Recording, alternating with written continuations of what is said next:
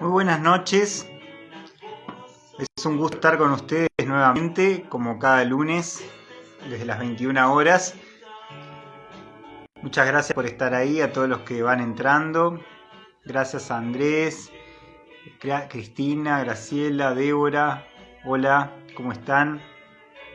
Muchas gracias por estar ahí. También Gabriel, que es un asiduo participante. Gracias a todos los que van entrando. Buenas noches. Bueno, gracias por estar en Noche en la Ciudad. Este es el 8º programa de Hola Débora, que también está saludando. Gracias por estar. Gracias a todos los que están saludando. Como les decía, este es el 8º episodio de Noche en la Ciudad. Sofía, bienvenida también. Gracias por estar ahí. Y bueno, Noche en la Ciudad es un espacio para reflexionar sobre arte, cultura, pensamiento, historias de vida y fe. La fe cristiana que atraviesa todas estas temáticas y aborda diferentes autores, personalidades, temáticas, discursos, textos, manifestaciones filosóficas, literarias, artísticas en general, y todo lo que hace a la cultura en general visto con lentes y con el lente, digamos, de una óptica diferente a la que por ahí puede ser lo que predomine en otros espacios. En este caso, el lente con el que observamos los diferentes temas o fenómenos que abordamos es el lente de la fe. Pero no necesariamente por ello los temas que tratamos sean de personalidades que tengan que ver en sí con el cristianismo. O con alguna otra manifestación de fe. A veces sí, a veces no. En muchas ocasiones sí, en otras no. No necesariamente sean siempre cristianos los que analicemos o en los que pongamos el ojo. Pero digamos que esa perspectiva es la que atraviesa esto. Bueno, ahí Sofía, una ex alumna muy querida, dice: profe, ¿cómo andás? Bienvenida, gracias por estar. También Héctor, que está entrando. También gracias a Anquiné y otros que van ingresando. Gracias por estar realmente. Les decía, es el 8º programa en el que tratamos estas cuestiones. La verdad que ha sido interesante cómo se ha dado este fenómeno, porque más allá de los que participan en directo o en vivo cada lunes, después mucha gente a lo largo de la semana mira el programa y bueno, les agradezco realmente. Así que vamos a hablar hoy de otra temática. No les anuncié de qué íbamos a hablar hoy, fue como medio sorpresa, pero vamos a hablar de un tema que tiene que ver con, en parte, una historia de vida, pero en parte lo que tiene que ver con un libro concreto que vamos a comentar, de un autor de quien se han hecho más de una película incluso. Y yo les decía, no siempre necesariamente vamos a hablar de gente proveniente del cristianismo, pero en nuestro análisis va a ser desde esa perspectiva. Bueno, en este caso vamos a ver el texto de una persona que no fue cristiano en buena parte de su vida, sino que más bien era agnóstico, pero en determinado momento de su vida tiene una conversión al cristianismo y eso le marca un cambio tan grande en su vida que termina publicando más de 120 libros respecto a las evidencias que tienen que ver con la fe cristiana, lo que él descubrió investigando sobre la veracidad o no, o la autenticidad o no de la Biblia y de la fe cristiana.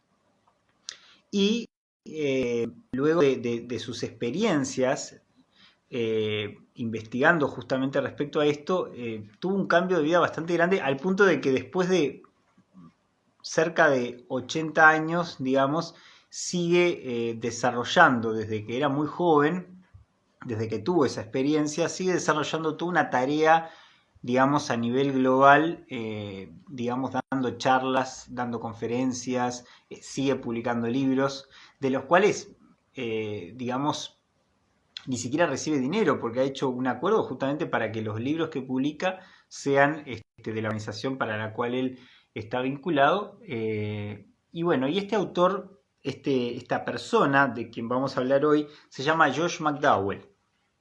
Josh McDowell, que muchos de ustedes lo deben conocer, otros quizás no, y justamente por eso quería hablar hoy de él, porque McDowell es una persona que en lo personal afectó bastante mi vida en cuanto a lo que fue su testimonio, su historia, lo que fueron sus libros y también las películas que, digamos, en las que él participa. Hay dos películas en las que él participa, una que tiene que ver con una especie de representación de lo que ha sido su labor viajando por el mundo y dando charlas en universidades. Es una película de la década del 70, esa fue la primera, y me acuerdo que la vi cuando recién arrancaba la facultad, más o menos ahí a eso de los 18, 19 años. Me acuerdo que impactó profundamente en mi vida lo que vi en esa película y también en los primeros libros que leí de McDowell, de los cuales hoy vamos a hablar de uno de ellos, ¿no? Gracias, Héctor, por el abrazo que está mandando ahí, gracias por el saludo y el abrazo. Y bueno, les decía, la primera película que habla de lo que ha hecho McDowell, y yo le digo esa película desde la década del 70, se llama ¿Qué dices, Josh? O en inglés What's Up, Josh? Que es una película, ustedes la pueden encontrar en YouTube, completa, la pueden ver ahí.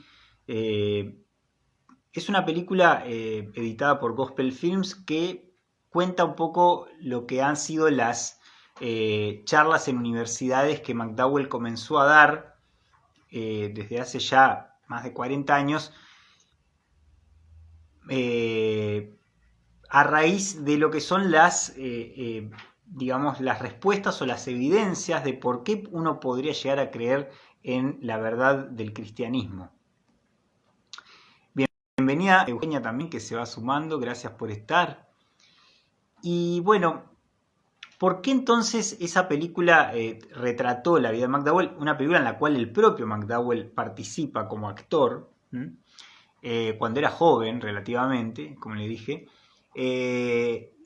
¿Por qué participa? ¿Por qué hace eso? Bueno, porque justamente esa película comunica mucho de lo que son los debates que a nivel, por ejemplo, universitario él fue dando a lo largo de años, defendiendo la veracidad y la autenticidad digamos, del mensaje, digamos, del cristianismo para un público justamente académico, para un público escéptico, para un público más que nada agnóstico o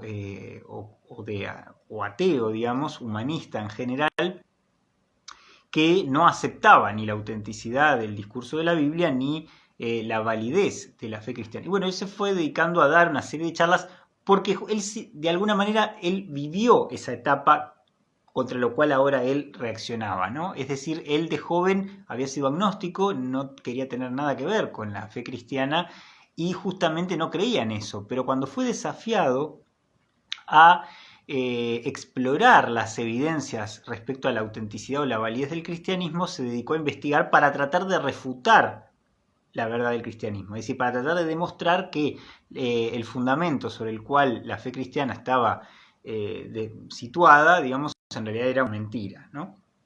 Y justamente él, a raíz de este proceso, es que termina aceptando la fe cristiana.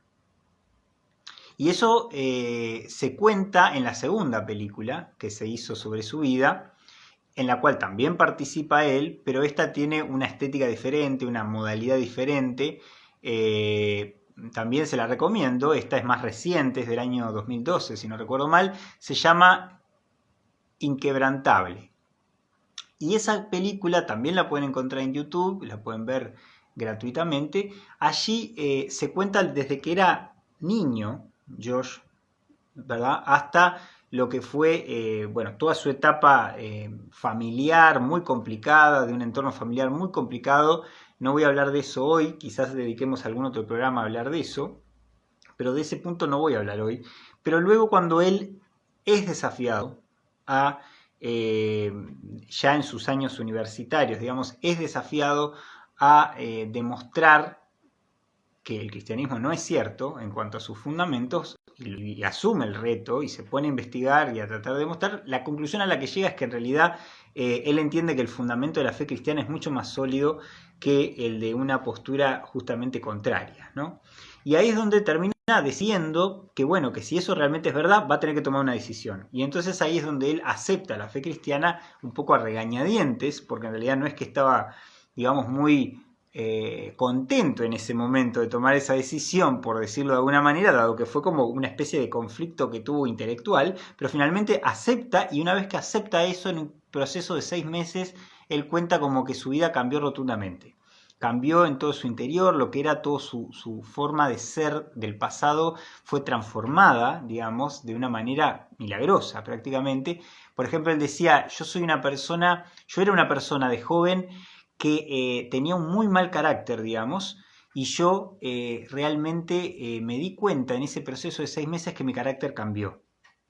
Mi carácter cambió, yo era una persona con mucho rencor, con mucho odio, con mucha agresividad, que si ustedes miran la segunda película, Inquebrantable, van a entender por qué. De alguna manera también él reflejaba eso en su vida, ¿no? Pero dice que desde que se convirtió y pasó un tiempo, él empezó a notar que el cambio en él fue bastante profundo y su vida cambió, ¿no? Pero yo quiero hablar hoy, digamos, los estimulo a que puedan buscar sobre McDowell, a que puedan leer sobre él, que puedan investigar.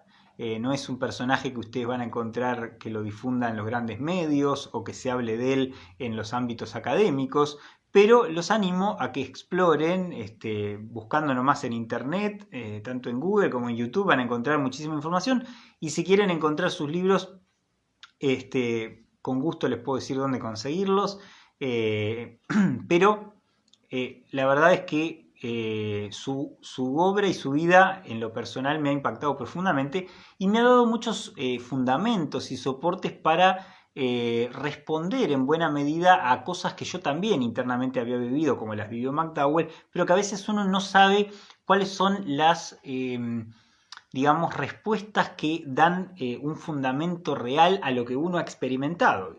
Que fue una cosa que a mí, por ejemplo, me pasó cuando empecé la universidad, ¿no? Cuando yo terminé el liceo, la secundaria, yo estaba cumpliendo 18 años y empecé la facultad, y me acuerdo que una de las cosas que me llamó la atención, no como le pasa a muchos, ¿verdad? Que yo en lo personal me había convertido al cristianismo a los 5 años, ¿no? Desde muy chico tomé una decisión por Cristo, yo fui criado en una familia cristiana, pero obviamente, como nosotros siempre decimos, uno no puede ser cristiano por herencia familiar, ¿verdad? Es decir, Dios no tiene nietos, es decir, si uno va a aceptar la verdad de la fe, tiene que ser por voluntad propia. Y bueno, a los 5 años yo tuve una conversión donde entregué mi vida a Cristo, y de ahí en más empecé a crecer, ¿no?, en la vida de la fe. Pero cuando pasé a la facultad, me acuerdo que me llamó la atención una cuestión. Yo había ido a un colegio que también era cristiano, y en ese colegio yo siempre había escuchado las dos versiones de todos los temas, ¿no?, las dos campanas de todos los temas. La visión cristiana de las cosas y una visión no cristiana, ¿verdad? Donde el colegio me planteaba, bueno, acá somos cristianos, pensamos de esta manera, pero se nos mostraba cuál era la otra visión. Pero cuando fui a la facultad me acuerdo que me llamó la atención que ahí todo el mundo pensaba más o menos igual sobre la mayoría de los temas, ¿no? Me llamó la atención, por ejemplo, estoy hablando de temas vinculados a esto. En otros temas, capaz que políticos o lo que sea, por ahí podía haber más variantes, pero tampoco había demasiadas, ¿no? En general había bastantes discursos homogéneos, ¿no? Pero me acuerdo que una vez me llamó la atención que yo iba escuchando en un curso, en otro, y como que había una especie de reproductor que se repetía, ¿no?, en las visiones que había sobre la fe. Y cada vez que salía el tema de la fe o de las cuestiones religiosas o de Dios o lo que sea, siempre la mirada era como de ataque o de crítica o de escepticismo, pero sin debatir el tema, ¿no? Y me acuerdo que eso me llamó la atención porque era como que en mi propia intimidad, en mi vivencia interna, para mí Dios realmente era real, porque yo lo había experimentado en mi relación con Él como una persona, ¿verdad? Y me acuerdo que me daba como un poco de molestia a veces el hecho de que otros no pudieran lograr entender lo que yo había vivido. Después, con el tiempo, me di cuenta de que justamente hay cosas que uno no puede convencer a los demás de lo que uno ha experimentado, porque los demás también lo tienen que vivenciar. Si no se animan a querer vivenciarlo, nunca lo van a vivenciar ni lo van a experimentar. Y justamente me acuerdo que en esos años mis padres conocían desde jóvenes la obra de McDowell y demás, y nosotros teníamos una serie de reuniones con una organización que yo les he nombrado en otras oportunidades, que se llamaba Ministerios Juveniles Cristianos, y yo con esa y con otra anterior, digamos, de chico participaba en una actividad que se llamaba Club Bíblico, que era una actividad en la cual reflexionábamos sobre múltiples temáticas desde la perspectiva cristiana, ¿no? Y me acuerdo que en varias oportunidades hablamos de los libros de McDowell, pasamos la película que dices Josh, la que yo les nombraba, la primera, la que en ese momento existía, estoy hablando más o menos del año 2000 por ahí, y me acuerdo que en una oportunidad vimos esa película y mis padres me hicieron conocer sus libros, y me acuerdo que me voló la cabeza, por decirlo de alguna manera, o sea, me impactó profundamente, ¿no?, la manera en la que se había dado la conversión de McDowell, siendo un agnóstico en sus años de juventud y habiendo vivido un montón de cosas terribles en su familia y en su entorno cercano, y él cuando se dedica a tratar de demostrar que el cristianismo es falso y que la fe cristiana está basada en una mentira, termina cambiando esa postura. Y justamente hoy quisiera hablar de este libro, que es uno de los libros que McDowell escribió, que es Más que un carpintero, que en realidad es uno de sus libros más famosos en todo el mundo. Podríamos hablar de muchos otros. McDowell, como les digo, tiene más de 120 libros publicados y sigue produciendo y publicando. Pero me interesaría, por el tiempo del programa y demás, concentrarnos solamente en algunos puntos que desarrolla en este libro, Más que un carpintero. Yo tuve la oportunidad de verlo en 2 ocasiones a McDowell, una vez digamos, en la Iglesia Evangélica Armenia, que estuvo en el año, creo que el 2012 más o menos por ahí, que estuvo hablando de una serie de temas, y después lo vi varios años después en una instancia que hubo en el Seminario Bíblico del Uruguay, ahí en la calle Colonia, y ahí me acuerdo que él dijo que este libro, Más que un carpintero, lo había escrito pensando en cómo explicarle de manera sencilla a un público amplio y a un público general todas las cosas profundas que él había investigado y comprendido en un montón de fuentes, documentos y bibliografías muy amplias, y todo ese estudio exhaustivo que tuvo que hacer incluso en varias universidades, en muchos países, porque en muchas universidades no alcanzaba el material suficiente como para investigar lo que él necesitaba.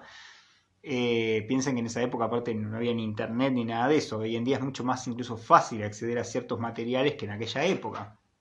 Una cosa que él dice en la segunda película, en Inquebrantable, es que cuando hace este ejercicio se da cuenta que en las universidades que estaban cerca de su ciudad, incluso en la que él estudiaba, no encontró suficiente material para poder demostrar lo que él quería. Entonces tuvo que viajar, tenía dinero y se dedicó a viajar y se fue por Europa y por otro lugar, y ahí sí encontró una serie de materiales y fuentes y documentos muy importantes y llegó a la conclusión que les decía. Pero este librito es un libro de divulgación, como ustedes ven, tiene unas 100 páginas más o menos, poco más, 150 páginas. Es un libro que es un resumen, digamos, de una serie de reflexiones que puede leer casi que cualquier persona, pero que detalla cosas muy profundas y muy completas, ¿no? Y muy, muy complicadas para leer de manera exhaustiva, ¿no? Entonces, bueno, bienvenidos los nachos que están entrando ahí, gracias por estar. Entonces les decía, en este libro, Más que un carpintero, McDowell fue publicado la primera edición en 1977, creo. Después tuvo sucesivas reediciones y ha vendido más de 15 millones de ejemplares. Probablemente hoy en día ande más de los 20, pero en todo el mundo se ha vendido muchísimo. Y justamente él había escrito anteriormente otro libro que también es muy famoso, que fue Evidencia que exige un veredicto, en 2 partes. Ese es un libro más completo, más profundo. Este es más como general, más de divulgación, más resumido, ¿no? Como les decía, él planteaba que trató de explicar con palabras muy sencillas para un público general en pocas páginas todo lo que él había encontrado. Y justamente quería ver algunos capítulos. Si ustedes miran el contenido, el índice del libro, van a ver que se dedica a desarrollar estos temas. En el primer capítulo, son 12 capítulos cortos. En el primero habla de su historia, dice mi historia, y ahí cuenta un poco esto que yo les he explicado, un poco resumidamente y otras cosas más en detalle. Luego el segundo capítulo se llama ¿Qué hace a Jesús tan diferente? Y ahí justamente él va desarrollando la idea de por qué a la gente le cuesta tanto hablar de Jesús, ¿no? ¿Por qué la gente rechaza tan fervientemente mantener un debate acerca de la persona de Jesús? Y él dice ahí, dice, uno puede hablar casi de cualquier persona, cualquier líder político y la gente debate y no tiene problema, pero cuando el tema de Jesús se coloca en el tapete, la gente le huye a ese tema, ¿no? Y cuenta una anécdota en el libro, dice, yo una vez estaba hablando con un taxista y le empecé a nombrar algo acerca de Jesús y me dice, no quiero hablar de eso, dice, ¿no? Como que la gente tiene una especie de rechazo, ¿no? A que se hable de Jesús de manera seria, ¿no?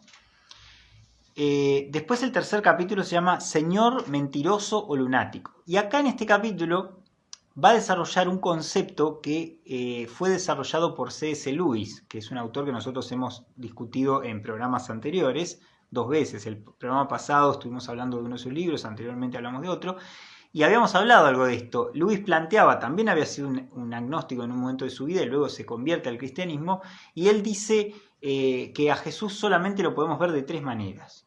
Una es como un loco, es decir, como alguien que creía ser algo que en realidad no era, ¿verdad? Creía ser el Hijo de Dios y que en realidad no lo era. Esa era una posibilidad.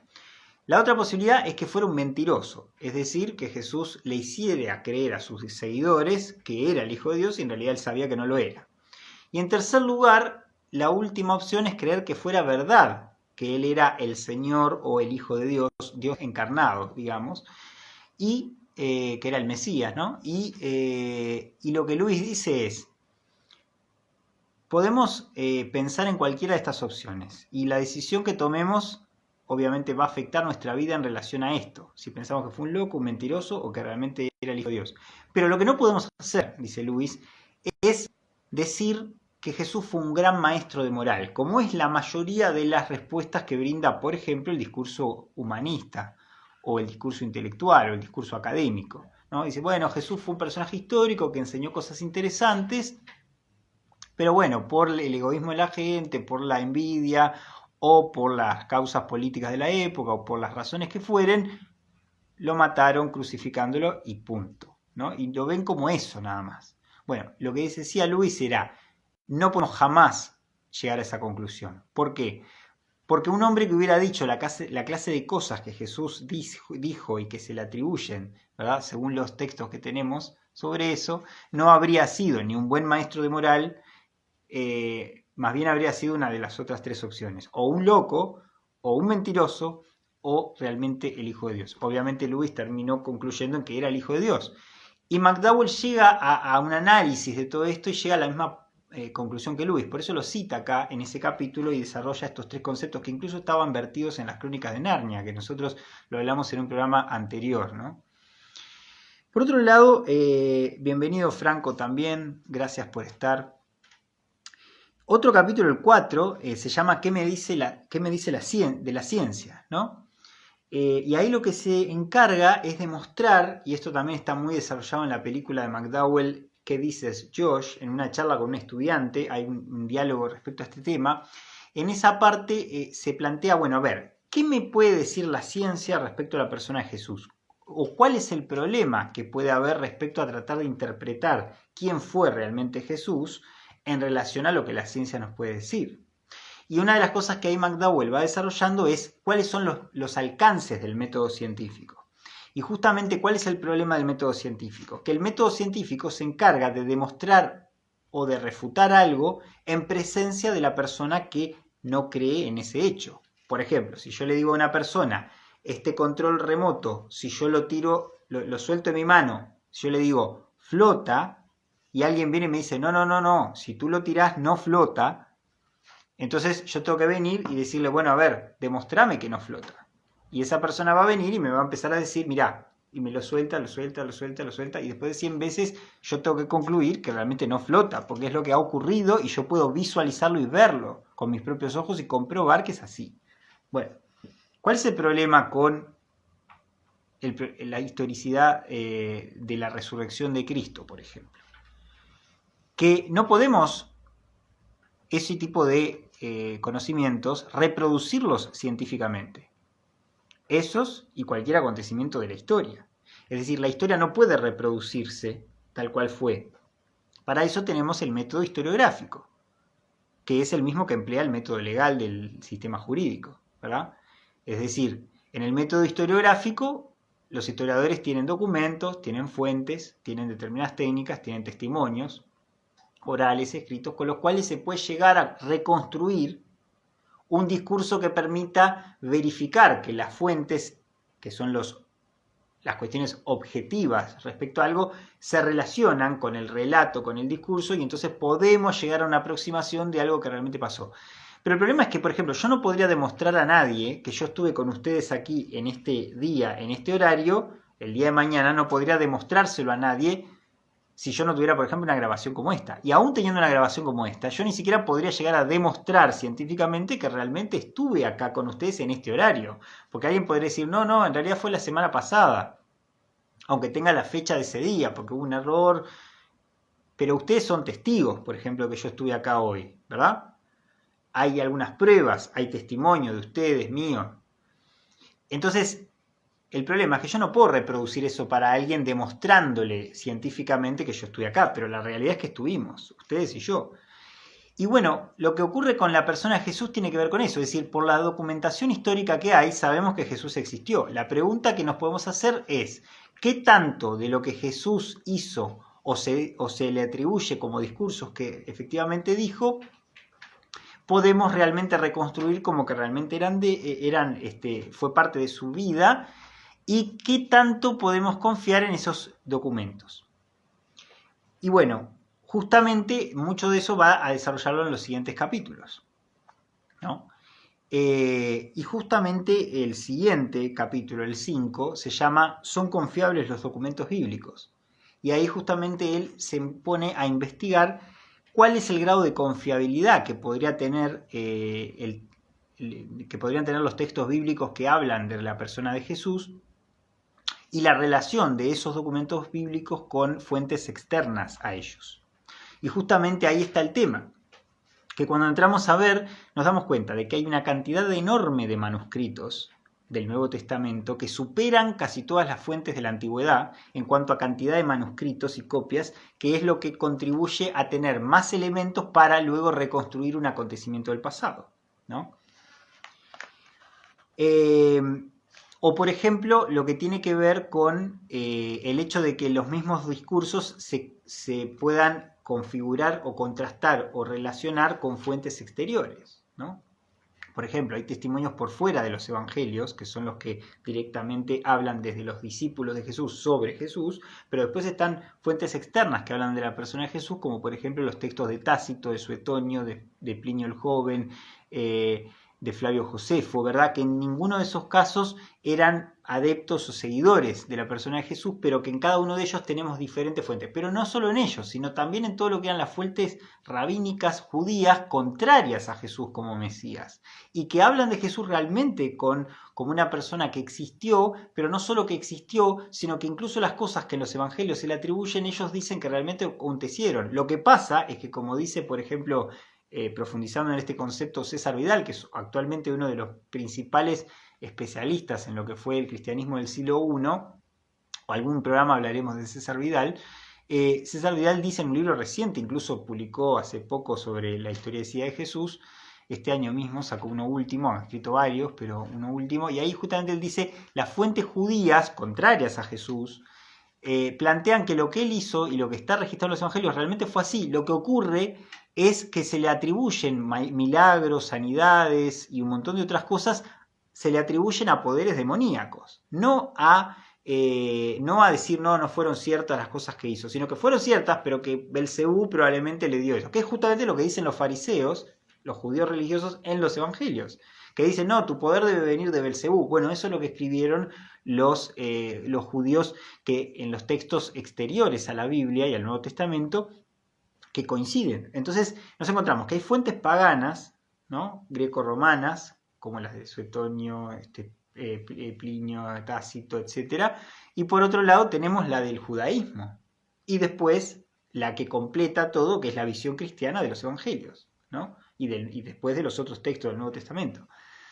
Entonces, eso en el capítulo 5, digamos, está desarrollado. Después en el 6 se llama ¿Quién moriría por una mentira?, ¿no? Y ahí él va a desarrollar la idea de pensar, a ver, si los seguidores de Jesús, ¿verdad? No solo los 11 que habían quedado luego de la traición de Judas, sino todos los otros seguidores que fueron muertos y martirizados bajo el Imperio Romano por la convicción de que Jesús había resucitado de los muertos y que fue la razón por la que el Imperio Romano persiguió a los cristianos, porque ¿cuál era el problema ahí? Que está muy desarrollado acá por McDowell también.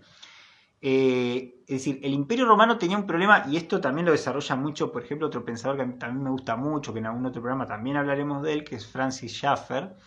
Y justamente una de las cosas que vemos es que los cristianos primitivos fueron perseguidos porque entendían que Jesús, dado que había resucitado y había vuelto de los muertos, era el Hijo de Dios, el Mesías que los judíos esperaban. Y eso lo convertía en ser Dios mismo encarnado. El problema ¿cuál era? Que el Imperio Romano tenía en ese momento la idea del culto obligatorio a los césares. Entonces, cuando esto se empezó a hacer cada vez más obligatorio y más digno de persecución a quien no lo practicara, los cristianos fueron cada vez más apretados, digamos, y perseguidos, porque se les dijo, a ver, ustedes son como ateos, por decirlo de alguna manera, como en parte se los acusaba, como diciendo, ustedes no creen en los dioses como el César, ¿no? Y entonces ellos decían, no, el único Dios es Jesucristo, entonces no lo podemos adorar al César, que es lo que ellos reclamaban. Pero como la gran mayoría de las poblaciones de ese momento eran politeístas, porque creían en la religión olímpica que venía del mundo griego y del mundo romano, creían en Zeus y en los dioses del Olimpo y en otras religiones, entonces a cada uno le daba lo mismo adorar a quien viniera, porque tenían múltiples dioses. Entonces darle una especie de culto al emperador, ahí ir a hacer una ofrendita, no les afectaba en nada. Entonces la gran mayoría de los ciudadanos del Imperio Romano vivían en paz y tranquilos sin persecución. Pero los cristianos, en cambio, fueron considerados traidores por esto, por oponerse a la adoración al César. Entonces, lo que dice McDowell ahí es, ¿quién moriría por una mentira? O sea, ¿quién se dejaría matar y morir por algo que ellos, habiendo convivido con esa persona que decían adorar, ¿quién moriría por algo que era mentira, pero sabiendo que era mentira? Y eso es lo que McDowell plantea respecto a los cristianos primitivos. Es decir, ellos, toda esa primera generación que conoció a Jesús, estaba convencida de que él realmente había resucitado, y eso lo firmaron con su muerte. O sea, lo sellaron con su sangre, en el sentido de que dijeron, a ver, esto es verdad, nos van a matar por esto, mátennos tranquilos, pero nosotros no vamos a negar que Jesús realmente es el Hijo de Dios y que resucitó, porque nosotros estamos convencidos de que eso es así, lo vimos con nuestros ojos, y eso está registrado en los Evangelios y en el Nuevo Testamento en muchas oportunidades, en las cartas de Pablo, en las cartas de Pedro, de Juan. Y el tema de Pablo ahora viene a continuación, porque es un tema posterior, pero en el caso de Pedro, de Juan y de los otros apóstoles, Juan es el único y el último. De McDowell analiza esto, él dice de los 12, tomando en cuenta a Matías, que es el que sustituye a Judas, de los 12, 11 mueren martirizados. El único que no habría muerto martirizado aparentemente fue el apóstol Juan, que termina exiliado en la isla de Patmos, ¿no? Y ahí habría recibido, según el libro de Apocalipsis, la revelación de Apocalipsis, ¿no? Entonces, lo que es interesante ahí es ver cómo lo que dice McDowell es, esos 11 hombres conocieron a Jesús directamente.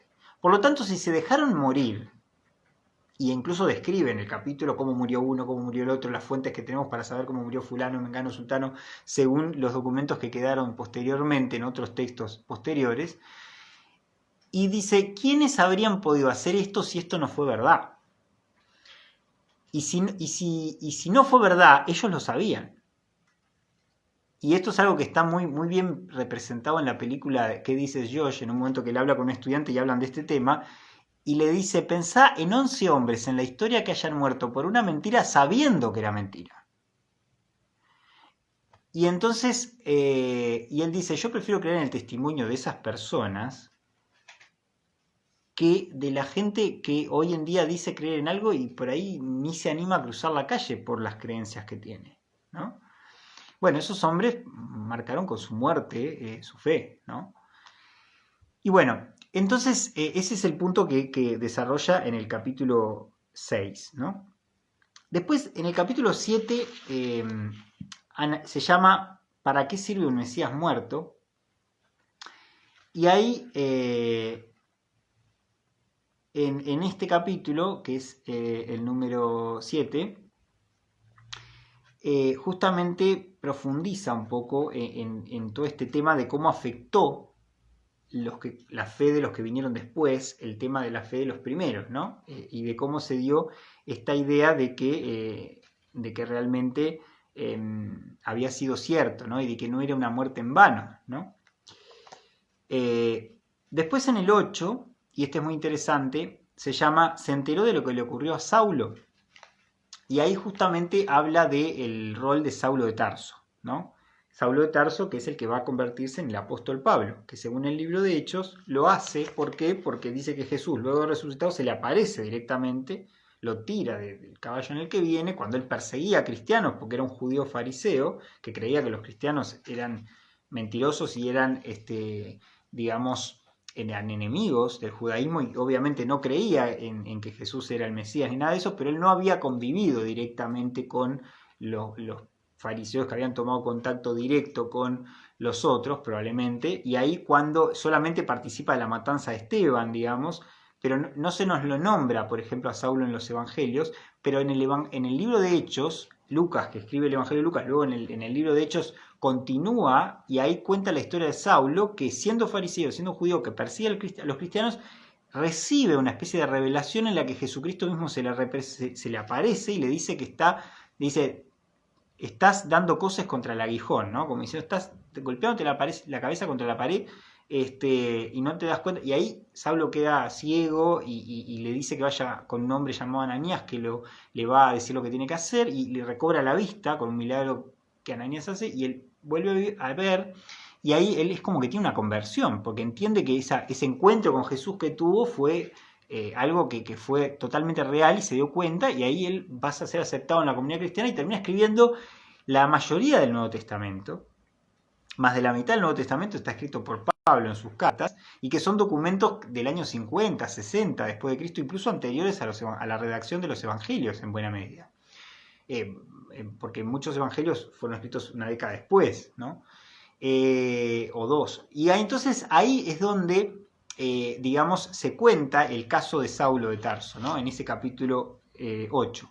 Y es curioso una cosa que justamente McDowell dice, que cuando los historiadores no cristianos, digamos, se dedican a estudiar el origen del cristianismo y el rol que tuvo el apóstol Pablo, ¿verdad? A quien se le atribuyen, como dije, todo casi de puño y letra, ¿verdad? Los textos del Nuevo Testamento, las epístolas, las cartas, ¿no? Las cartas a los romanos, a los efesios, a los filipenses y otras. Es como que muchos historiadores no entienden el porqué del cambio de Saulo, ¿no? Reconociendo su historicidad y reconociendo su rol como uno de los principales, podríamos decir, propagandistas del cristianismo en el siglo I, como que no pueden entender su cambio, habiendo tenido un pasado de judío fariseo ultra religioso, luego pasar a ser cristiano, ¿verdad? No entienden ese cambio. ¿Y cuál es la respuesta al cambio? Está en el libro de Hechos. Saulo tuvo ese encuentro con Jesús cara a cara que le cambió la vida. Y entonces ahí cambió radicalmente. No hay otra explicación histórica al cambio biográfico en la vida de Pablo, ¿no? Eso es lo que plantea McDowell en ese capítulo. Y después está, en el capítulo 9, se llama ¿Se puede doblegar a un hombre bueno? Y acá es interesante, porque fíjense que acá, miren lo que dice, se lo voy a leer, porque les va a dar gracia. Escuchen bien, dice, un estudiante en la Universidad de Uruguay, fíjense, está hablando de una anécdota de la década del 70, más o menos, cuando había venido una de las primeras veces al Uruguay. Dice, un estudiante en la Universidad de Uruguay me preguntó: profesor McDowell, ¿por qué usted no pudo encontrar alguna manera de refutar el cristianismo? Esto le preguntó un estudiante de Uruguay en una charla con universitarios, ya les digo, hace como 40 años, ¿no? Y él le dice: le respondí, por un sencillo motivo. No logré dar razones convincentes contra el hecho de que la resurrección de Jesucristo fue un acontecimiento histórico real. Y es justamente lo que reflexiona. Y les voy a leer otro fragmento que dice a continuación. Dice: después de pasar más de 700 horas estudiando este tema e investigando de manera exhaustiva sus fundamentos, llegué a la conclusión de que la resurrección de Jesucristo o bien es uno de los más malvados, crueles y despiadados engaños jamás impuestos a la humanidad, o es el hecho más importante de la historia. La resurrección saca del campo filosófico la pregunta: ¿es válido el cristianismo? Y la coloca en la historia. ¿Tiene el cristianismo una sólida base histórica? ¿Contamos con evidencias suficientes para garantizar la creencia en la resurrección? Y justamente en este capítulo se encarga de desarrollar todo este tema, el tema de lo de la tumba, de qué pruebas podríamos tener para entender que realmente la tumba fue, quedó vacía, qué teorías se han tratado de formular para decir que Jesús realmente murió y hicieron creer que había muerto, y analiza y refuta varias de estas teorías. Pueden verlo en la película y también en el libro porque es muy interesante. Y después, para ir terminando lo que son los capítulos del libro, en el capítulo 10 se llama, el título es ¿se podría poner de pie el verdadero Mesías? Y acá lo que hace es mostrar cómo las profecías del Antiguo Testamento, es decir, escritas cientos de años antes del nacimiento de Jesús, ya hablaban de la venida de un Mesías que cumple exactamente con todas las características que vemos en la representación que tenemos de Jesús en el Nuevo Testamento. Y va analizando cada una de ellas y hay más de 300 profecías que se anunciaron siglos antes y que después vemos representadas claramente en la persona de Jesús. Eso es muy claro, por ejemplo, en el Evangelio de Mateo, ¿no? Si ustedes leen el Evangelio de Mateo, le dice: tal cosa hizo Jesús para que se cumpliera lo que decía en la profecía tal o cual, y citaba en el Antiguo Testamento tal o cual pasaje. El tema es que casi que estadísticamente, matemáticamente, analizar que se cumplan todas esas características en una sola persona es prácticamente imposible, es algo que sea verdad, ¿no? Y si ustedes analizan todo lo que son los cumplimientos proféticos del Antiguo Testamento en la persona de Jesús después, no solo en lo que dicen los evangelios, sino también en otras cosas que podemos deducir de fuentes exteriores, nos damos cuenta de que, es casi que más propio de una mente divina crear una historia inventada así que la propia historia, ¿no? ¿Se entiende? O sea, sería mucho más matemáticamente imposible que a alguien se le hubiera ocurrido inventar esa historia a que el hecho de que hubiera realmente acontecido, que es la base del cristianismo, que realmente aconteció así, ¿no? Y bueno, en los últimos dos capítulos, en el 11 se llama ¿no hay algún otro camino? Es el nombre del 11, y el 12 es Él cambió mi vida. Y justamente ahí cuenta por qué Él cambió su vida y por qué todo esto para Él fue importante, ¿no? Y ahí Él conecta y dice: bueno, toda esta verdad, si queda en un plano teórico, no sirve de nada, pero yo, en lo personal, dice McDowell, lo vivencié después de que realmente Jesús era una persona que no solo vivió hace 2000 años, sino que hoy tiene poder para cambiar vidas como la cambió hace 2000 años. Y justamente eso es la conclusión, ¿verdad?, a la que llega McDowell, y él cuenta cómo, a partir de lo que fueron sus experiencias previas a hacer esta búsqueda y esta investigación, él prácticamente odiaba a su padre por un montón de cosas que le había hecho a su madre y a él. Había pasado por un montón de situaciones que ya les digo, en otro programa hablaremos. Pero por toda esa situación, él, cuando acepta a Jesucristo, termina logrando perdonar a su padre y cambiar todo lo que en su vida había sido, tan complicado, ¿no? Entonces, él muestra cómo finalmente y esto se ve en la película Inquebrantable muy claramente, él dice: hay gente que cree que yo terminé aceptando el cristianismo por la investigación a la que tuve que que decir es cierto, ¿no? Me doy cuenta de que esto es mucho más sensato que creer que no. Pero dice, en realidad, eso en todo caso fue lo teórico que yo tuve que decir, bueno, sí, intelectualmente puedo pensar que esto es lo más cercano a lo que debe ser cierto, sí. Pero de ahí tuve que tomar una decisión personal y decir, si esto es cierto, yo tengo que tomar una decisión, porque yo puedo rechazarlo igual. Y yo tuve que aceptar y decir, bueno, Cristo venía a mi vida si eso es real. Y ahí dice, me di cuenta de que lo que me acercó a él en ese momento de esa disyuntiva, que él no quería de alguna manera aceptar, es decir, intelectualmente lo aceptó, pero emocionalmente y desde su corazón todavía no lo había aceptado. Cuando entiende lo que es el amor de Dios, logra pasar de acá, de su intelecto, a su corazón, ¿no? Y esto es el mensaje que yo te quiero dejar a vos en esta noche. Porque ninguno de los que hemos tenido un encuentro real con Cristo, creo que ninguno de nosotros puede decir me importa solo lo intelectual. Porque si fuera solamente defender una verdad teórica o intelectual no tendría mucho sentido. Es decir, ¿para qué me voy a dedicar la vida en pelear con gente o en, no pelear, digo, pero en tratar de discutir con personas que por ahí no aceptan que esto sea verdad, aunque yo estoy convencido que lo es? ¿Para qué me voy a dedicar a eso, a perder tiempo? Y si yo no tengo ni interés en ganar ninguna discusión ni nada, ¿por qué lo haría? La única razón de aceptar eso y de compartirlo con otros es de que el amor de Dios venga a la vida de uno y de ahí explote hacia la vida de los demás.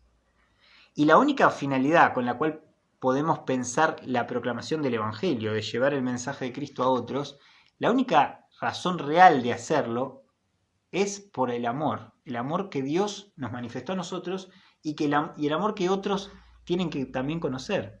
Porque yo, ¿por qué hago estos programas, por ejemplo? ¿Por qué me he puesto a reflexionar sobre esto? Claro, realmente me interesa todo esto, me interesan estos temas, obviamente lo hago por eso en parte. Pero más que nada, lo que a mí me interesa y me importa es que eso que yo he experimentado en mi vida, otros también lo puedan experimentar. Y si de alguna manera vos tenés dudas de todo esto, bueno, animate a experimentar, porque digamos, la verdad de Dios en la vida de la gente es una verdad que hay que experimentar. No se puede reflexionar teóricamente nada más. Ese es el fundamento, sí. Uno tiene que poder convencer a su intelecto de que realmente eso es así, pero antes tuvo que haber habido un proceso desde el corazón. Porque si uno no abre su corazón a Cristo, nunca nadie le va a demostrar que Cristo realmente es real. Vos lo tenés que experimentar. Entonces, el desafío está en vos. O tomás la decisión de experimentarlo, o podés serle indiferente, o rechazarlo. Y la decisión va a ser tuya.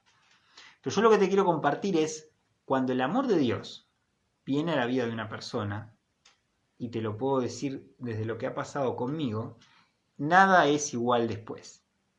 Nada es igual porque la vida cambia radicalmente, porque uno empieza a entender que hay algo mucho más fuerte que el odio, que el rencor, que la violencia, que la decepción, el escepticismo. Todo eso queda en un segundo plano, porque el amor de Dios invade todo lo que somos y nos transforma y nos cambia la vida.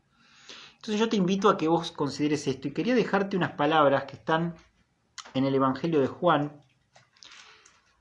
que lo puedas leer después, en tu casa. Evangelio de Juan capítulo 3.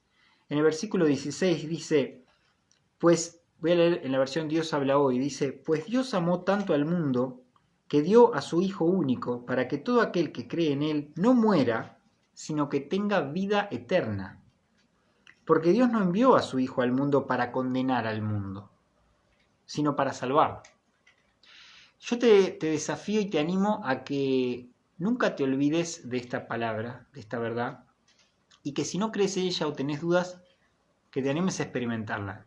Y si ya experimentás a Jesús en tu vida, pero te falta todavía entender un poco más lo que es el amor de Dios, anímate a ir más profundo, a dejar que el Espíritu Santo sea el que trabaje en vos, porque la obra del Espíritu Santo es la obra de la persona de Dios moldeando al Hijo de Dios dentro de tu corazón, moldeando a Jesús, ese que vivió hace 2000 años, moldeándolo dentro tuyo para que crezca Él en vos, en tu espíritu, y vos puedas reflejar en la vida el mismo amor que Jesús manifestó.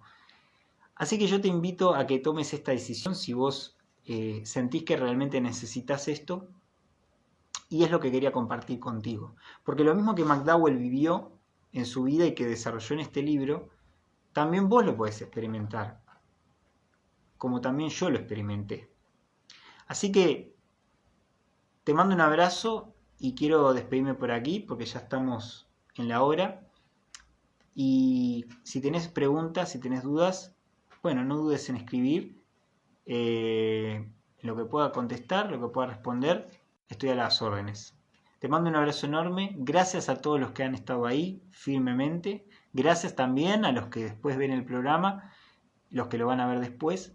Y gracias por realmente compartir este tiempo. Nos vemos el próximo lunes, si Dios quiere. Que pases muy bien. Hasta la próxima. Te invito a que para la próxima vuelvas a estar, como ahora, en una noche en la ciudad, con toda la fuerza, y que puedas invitar también a tus familiares y amigos. Un abrazo enorme. Chao. Hasta la próxima.